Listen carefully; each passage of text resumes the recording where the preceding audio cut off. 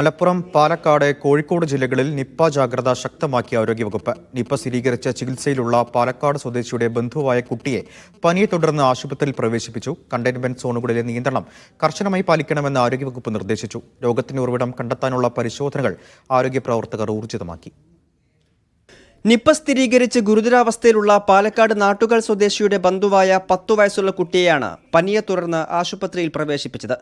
രോഗിയുടെ പ്രാഥമിക സമ്പർക്ക പട്ടികയിൽ ഉൾപ്പെട്ട കുട്ടിയെ മഞ്ചേരി മെഡിക്കൽ കോളേജ് ആശുപത്രിയിൽ പ്രവേശിപ്പിച്ചു. നിപ്പ ഉറവിടം കണ്ടെത്താനുള്ള പ്രവർത്തനങ്ങൾ ആരോഗ്യവകുപ്പ് ഊർജിതമാക്കി. നിപ്പ ബാധിച്ച 38-കാരുടെ വീടിന് സമീപത്തെ വവ്വാലുകളുടെ സാന്നിധ്യം ഉൾപ്പെടെ ആരോഗ്യ പ്രവർത്തകർ വിശദമായി പരിശോധിക്കുന്നുണ്ട്. മലപ്പുറം മങ്കട സ്വദേശിയായ 18-കാരുടെ മരണം നിപ്പ ബാധിച്ചെന്ന് സ്ഥിരീകരിച്ചതോടെ മലപ്പുറത്തും മുൻകരുതൽ ശക്തിപ്പെടുത്തി. മക്കരപ്പറമ്പ്, കൂട്ടിലങ്ങാടി, മങ്കട, കുറുവ പഞ്ചായത്തുകളിലായി 20 വാർഡുകൾ കണ്ടെയ്ൻമെന്റ് സോണിലാണ്. നിപ്പ ജാഗ്രതയുടെ ഭാഗമായി മലപ്പുറം, പാലക്കാട്, കോഴിക്കോട് ജില്ലകളിൽ കൺട്രോൾ റൂമുകൾ തുറന്നിട്ടുണ്ട്. രോഗികളുടെ റൂട്ട് മാപ്പിൽ ഉൾപ്പെട്ടവർ ആരോഗ്യ പ്രവർത്തകരെ വിവരം അറിയിക്കണം. 3 ജില്ലകളിലായി 345 പേരാണ് സമ്പർക്ക പട്ടികയിലുള്ളത്.